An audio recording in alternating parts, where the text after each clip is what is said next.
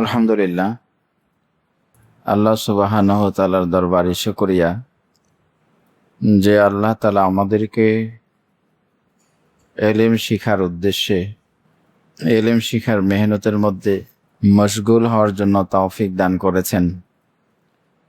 সেজন্য আমরা আল্লাহ তাআলার দরবারে শুকরিয়া জ্ঞাপন করছি। সকলে বলি আলহামদুলিল্লাহ। একটি হাদিস পাঠ করেছি, তলাবুল ইলমি ফরিদাতুন আলা কুল্লি মুসলিমিন।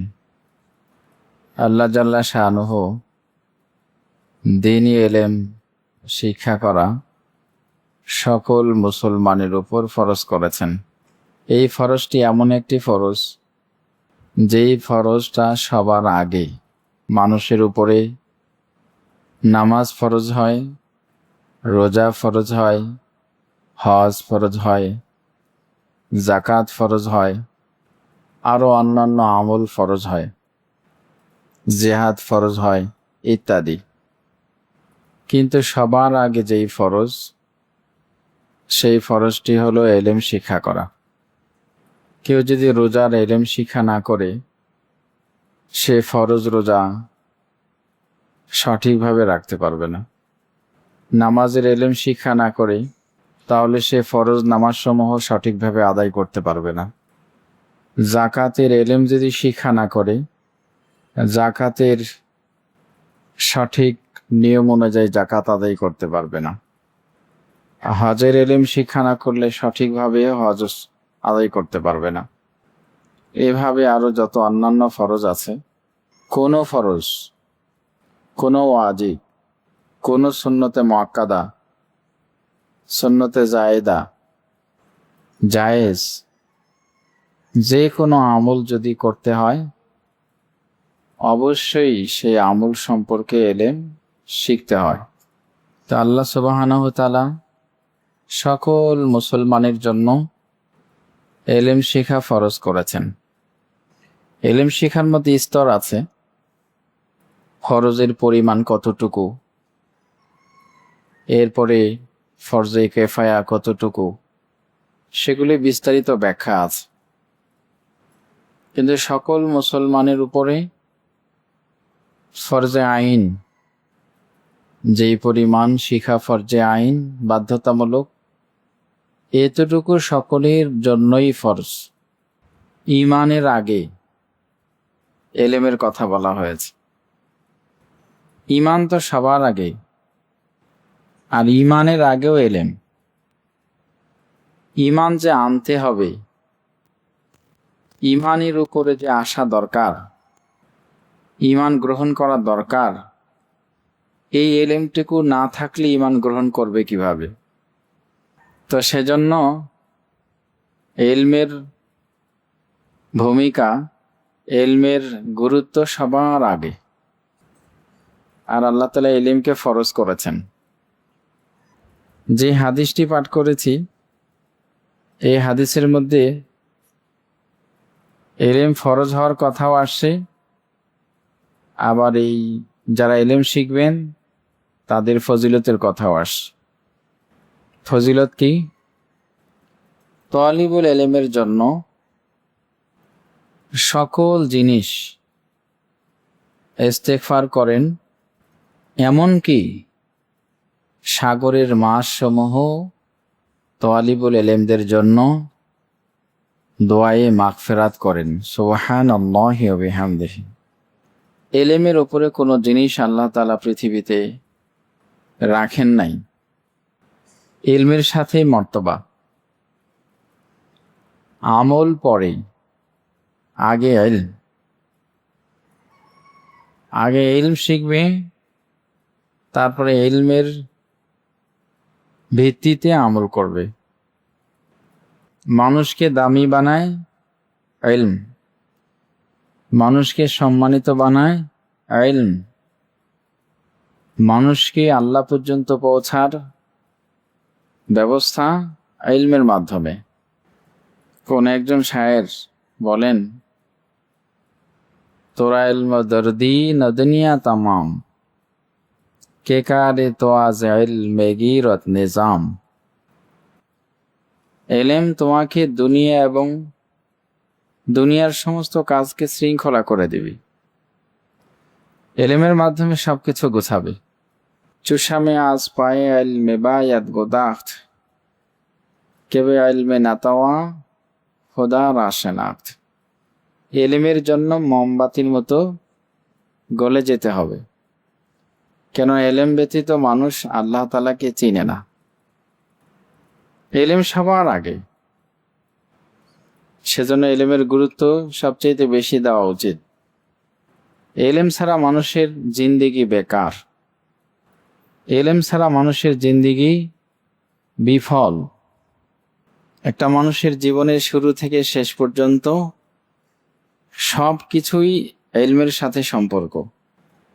ঘুম থেকে একজন মানুষ জাগরিত হবে, তারপরে সেখানে কি আমল আছে সেটা তার জানতে হবে, এই জানাটার নাম এলেম।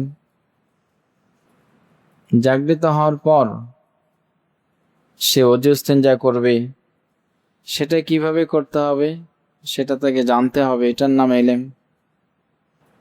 এরপরে সে দুনিয়াবি কোনো কাজে লিপ্ত হবে, চাকরি হোক, ব্যবসা হোক, কৃষি হোক, সেগুলি সে সুন্নত তরিকায় কিভাবে করবে, সেখানে আল্লাহ তাআলার বিধিবিধান কি আছে সেগুলি জানার নাম এলেম।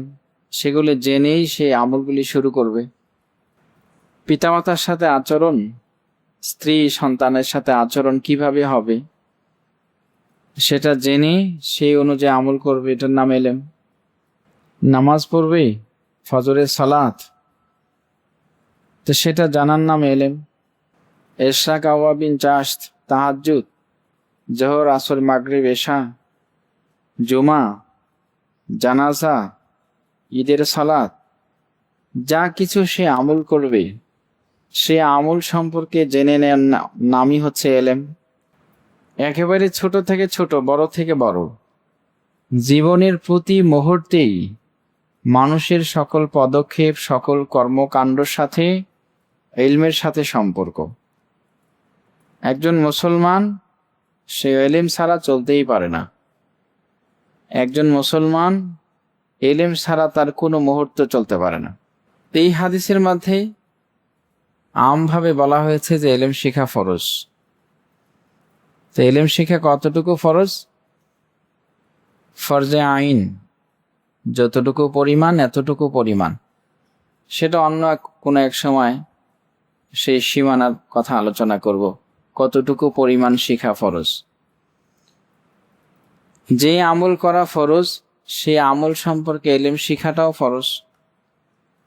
যে আমল করা ওয়াজিব সে আমল সম্পর্কে ইলম শিখাটাও ওয়াজিব। যে আমল যে স্তরের সে আমল সম্পর্কে ইলম শিখা সেই স্তরের হুকুমের মধ্যে পড়বে। ইলমই এমন একটা জিনিস, যেই জিনিসকে একবারে আমভাবে ব্যাপকভাবে আল্লাহর পক্ষ থেকে সবার জন্যই ফরজ করা হয়েছে। সবার জন্য। হজ সবার জন্য ফরজ হয় না, যাকাত সবার জন্য ফরজ হয় না, জিহাদ সবার উপরে ফরজ হয় না। আরো বহু বিধান আছে যেগুলি সবার উপরে ফরজ হয় না। সামর্থ্য, তৌফিক, বিভিন্ন জিনিসের সাথে সম্পর্ক আছে। কিন্তু ইলম এমন একটি সিফাত, এমন একটি বিষয় যেটি প্রত্যেকজন মুসলমান নর ও নারী সকলের উপরেই আল্লাহ ফরজ করেছেন। যে ব্যক্তির আকল আছে তাকে অবশ্যই ইলম শিখতে হবে। ইলম কোন দিন থেকে শিখতে হবে? ফরজ হওয়ার আগেই তাকে ইলম শিখে নিতে হবে। নামাজ ফরজ হতে একটা সময় লাগে, বয়সের সাথে সম্পর্ক আছে, আলামতের সাথে সম্পর্ক আছে। যেই দিন ফরজ হবে সেই দিন আপনি নামাজ আদায় করতে হলে তো আগে থেকেই শিখতে হবে। এরকম প্রত্যেকটা বিষয়ে যখন যে আমল করব সেই আমল সম্পর্কে আমাকে আগে থেকেই শিখতে হবে, অথবা সেই আমল সামনে আসলে সেই আমলের সময়সীমার মধ্যেই আমাকে শিখে সে আমল করতে হবে। যদি কেউ বলে যে আমি খুব ব্যস্ত ছিলাম সেজন্য এলেম শিখতে পারি নাই, এই কথা আল্লাহ তাআলা গ্রহণ করবেন না। আমি খুব অসুবিধার মধ্যে ছিলাম, এলেম শিখতে পারি নাই, এটা আল্লাহ তাআলার দরবারে গ্রহণযোগ্য হবে না। ইলম এমন এক ফরজ, যেই ফরজের জন্য সকলকেই জবাবদিহিতার কাঠগড়ায় দাঁড়াতে হবে। সেজন্য আমরা সকল মুসলমানদের মধ্যে এলেম শিখা যে ফরজ, এলেম যে শিখতেই হবে, এলেম ছাড়া যে কোনো নিস্তার নাই, এলেম ছাড়া যে কোনো আখিরাতে দুনিয়াতে কোথাও কোনো নিস্তার নাই, সেই জিনিসের গুরুত্ব আমরা মানুষের কাছে তুলে ধরব, মানুষকে এলেম শিখানোর চেষ্টা করব, নিজেরা শিখব, শিখাবো, সকলকে এই ফরজ আদায় করে দেওয়ার ব্যবস্থা করে দিব। কি বলেন ইনশাআল্লাহ? আল্লাহ তাআলা সকলকেই ফরজ এলেম শিখানোর তৌফিক দান করুন। আর যিনি এলেম শিখবে তার কত ফজিলত এই হাদিসের শেষ অংশে বলা হয়েছে। তার জন্য সকল জিনিস, এমনকি সমুদ্রের মৎস্য পর্যন্ত দোয়ায়ে মাগফিরাত করেন। এটি এমনই একটি সিফাত, এলেম শিখা এমন একটি আমল, এলেম শিখাটাও কিন্তু আমল, এলেম শিখাটা এটাই একটি আমল। কেউ যদি একটি মাসালা শিক্ষা করে 100 রাকাত নফল নামাজের সওয়াব পাওয়া যায়। একটি অধ্যায় শিক্ষা করে সেই ব্যক্তিকে আল্লাহ তাআলা 1000 রাকাতের সওয়াব দান করেন। তাহলে এলেম শিখাটাই একটি আমল। কেউ যদি এই ফরজ এলেমের মধ্যে লিপ্ত হন, তার ফজিলত এত বেশি, এত বেশি, এত বেশি, পৃথিবীর সমুদয় মাখলুক, যাবতীয় মাখলুক, যত মাখলুক আমরা দেখি অথবা না দেখি, সকল মাখলুক, এমনকি পানিতে বাস করে, পানির মধ্যে বসবাস করে অসংখ্য মাছ, সেই মাছসমূহ যিনি এলেম শিখেন সেই ব্যক্তির জন্য আল্লাহর কাছে ক্ষমার উদ্দেশ্যে মাগফিরাতের দোয়া করে, সুবহানাল্লাহি ওয়া বিহামদিহি।